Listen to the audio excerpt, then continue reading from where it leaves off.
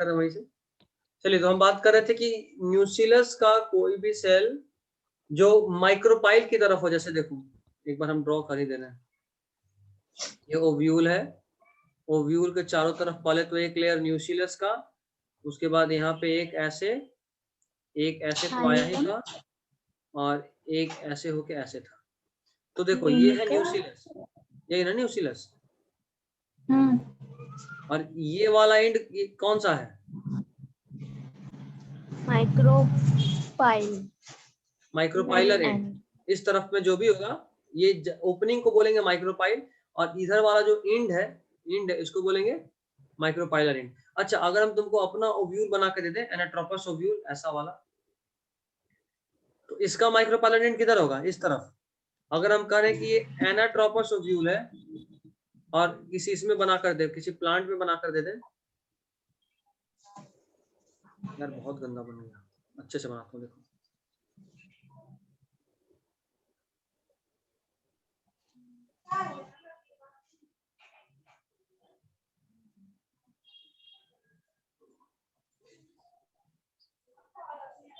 और इसमें हम बोले कि जरा बताओ माइक्रोपाइलर एंड कौन है, ये वाला या ये वाला? कौन सा? ये वाला है? ये वाला। ये है कि नहीं है? ये बताओ, जहां हम दिखा रहे हैं वो है कि नहीं? नहीं, नहीं, बिल्कुल, क्योंकि अगर हम एनाट्रोपस का बात कर रहे हैं, अगर हम कह रहे हैं कि ये एनाट्रोपस है और प्लांट के केस में बना दिए, मतलब ये कि एनाट्रोपस मतलब कि ओव्यूल घूमा हुआ होगा 180 से। तो देखो नॉर्मली होता ऊपर में, बट घूम जाएगा तो कहाँ होगा? नीचे। तो यहाँ होगा माइक्रोपाइल। समझ में आ रहा है बात? अंशु ठीक है? दिक्कत है? Yes sir. ठीक है ना? मिटाएं? Yes sir. ठीक, चलो बाबू देखो आगे। तो हम लोग माइक्रोपाइलर एंड का बात कर रहे थे। तो ये न्यूक्लियस, इधर में बहुत सारा सेल होगा, है ना? न्यूक्लियस में तो सेल से ही बना होगा। तो इन सब में से कोई भी सेल, इस तरफ का माइक्रोपाइलर एंड का कोई भी सेल अपने आप को स्पेशलाइज करता है और बन जाता है मेगा स्पोर मदर सेल। और मेगा स्पोर मदर सेल का मतलब कि अब ये डिवाइड करेगा, और डिवाइड करके क्या बनाएगा? मेगा स्पोर मतलब फीमेल गैमेट। समझे बात? कोई दिक्कत यहाँ तक? बताइए अंशु, कोई दिक्कत? नहीं, ठीक है, चलो अब अगला पॉइंट लिखते हैं। ये समझ गए तो अगला पॉइंट लिखते हैं। अगला पॉइंट लिखिए, it divides meiotically to produce, it divides meiotically, meiotically मतलब meiosis से, it divides meiotically to produce,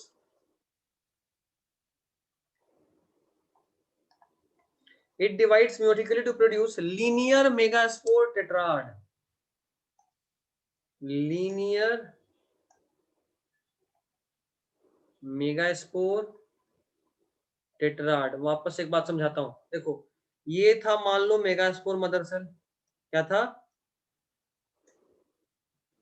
megaspore mother cell. अब अगर इसमें मियोसिस होगा तो मियोसिस से एक सेल से कितना सेल बनता है? अंशु बताएगी। हाँ। अंशु, क्या सर? मियोसिस होने के बाद एक किसी सेल एक से सेल दो। से, एक सेल से दो नहीं 4 बनता है। माइटोसिस में 2 बनता है, मियोसिस में एक सेल से 4 सेल। 11th का टॉपिक है। मियोसिस में एक सेल से कितना सेल बनता है? 4 सेल। और वो चारों सेल एकदम सीधा सीधा होता है, देखो एकदम सीधा स्ट्रेट लाइन है, लीनियर है। और चूंकि 4 सेल का ग्रुप है इसलिए इसको क्या बोले? टेट्राड। अब देखो अभी जो लास्ट टाइम पढ़ा था क्या था? It divides meiotically to produce linear, देखो लीनियर मतलब सीधा, मेगास्पोर मतलब मेगास्पोर का, टेट्राड मतलब ग्रुप ऑफ 4 सेल्स। समझे यहाँ तक? मेगास्पोर मदर सेल मियोसिस करके एक सेल से 4 सेल बनता है, और चारों सेल एक साथ होता है सीधा फॉर्म में, इसलिए इसको बोलते हैं मेगास्पोर टेट्राड। कोई दिक्कत यहाँ तक? नहीं। नहीं, ठीक है। आखिरी पॉइंट लिखिए, इन मेजॉरिटी ऑफ एंजियोस्पर्म्स, एक minute. majority of angiosperms, in majority of angiosperms the चलाजल megaspore, the Chalajal megaspore is functional. Chalajal megaspore is functional, and the other three megaspore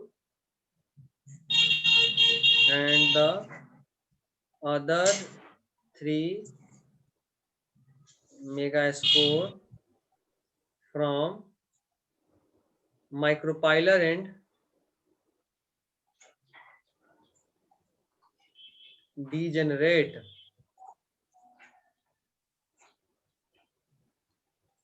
वापस से बोल रहा हूँ, in majority of angiosperms the Chalajal megaspore is functional and the other three megaspore from micropylar is degenerate. देखो एक cell से कितना cell बना था? 4, ठीक है। अब देखो 4 में से देखो ऊपर में था माइक्रोपाइलर एंड, था ना? एक क्वेश्चन है। हाँ बोलो बोलो जरा।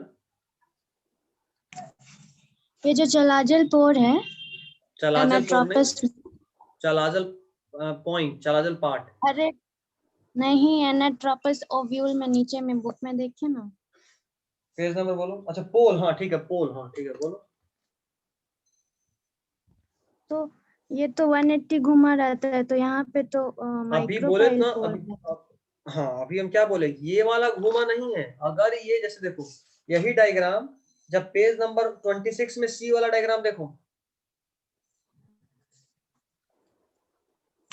पेज नंबर 26 में सी वाला डायग्राम देखो, देखो वही डायग्राम को जब आप ऐसे बनाए हो उसी को डिटेल्ड में, तो देखो नीचे में कौन सा एंड दिख रहा है?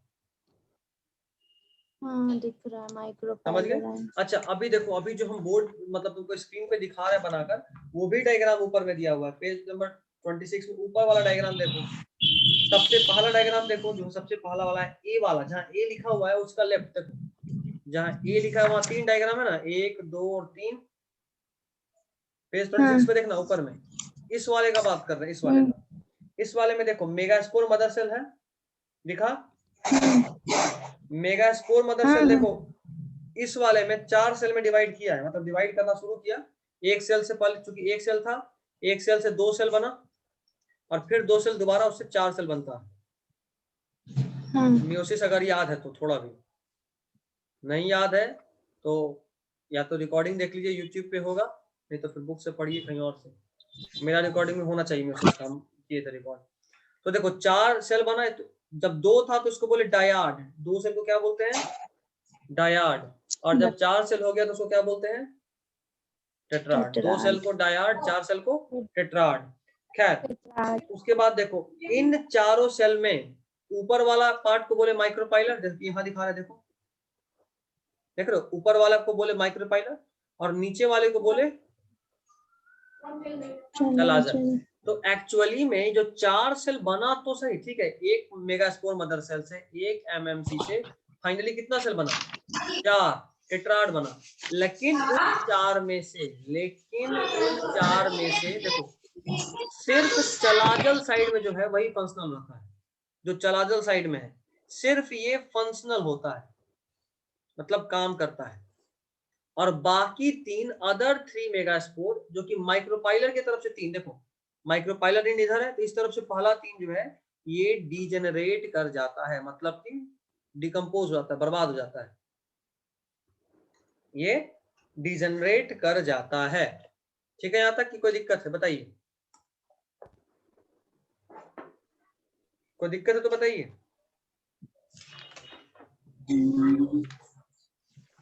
दिक्कत है? ठीक, चलिए अब एनाट्रोपस ओव्यूल किसको कहते हैं, अच्छे से बताइए। जो 180 घूमता है ना? हाँ 180 घूम जाए। देखो जो आपको 25 पे डी वाला डायग्राम है ना, वो घुमा कर नहीं दिया हुआ है, वो अभी बस सिर्फ ओव्यूल दिखाया है। एक्चुअली में जब वो किसी प्लांट में प्लेस्ड होता तो वो उल्टा घूम जाता है। एक्चुअली में जब वो किसी प्लांट में प्लेस्ड होता तो वो उल्टा घूम जाता है। इसका एक आध डायग्राम और होना चाहिए, देखते हैं मिल गया तो दिखाते हैं। पेज नंबर 32 में सी वाला डायग्राम देखो सब लोग, पेज नंबर 32 में सी वाला डायग्राम देखिए, एनसीईआरटी पेज 32 सी वाला डायग्राम देखो। इसमें पोलन ट्यूब जब इंटर कर रहा है तो नीचे से इंटर कर रहा है, देख रहे हो?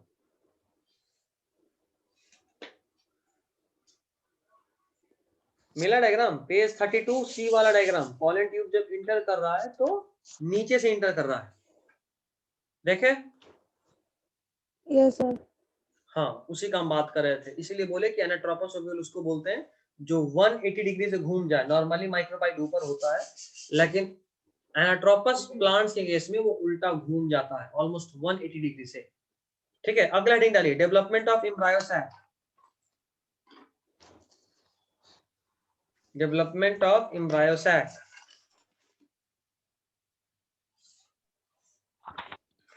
कर लिए? हेडिंग डाले?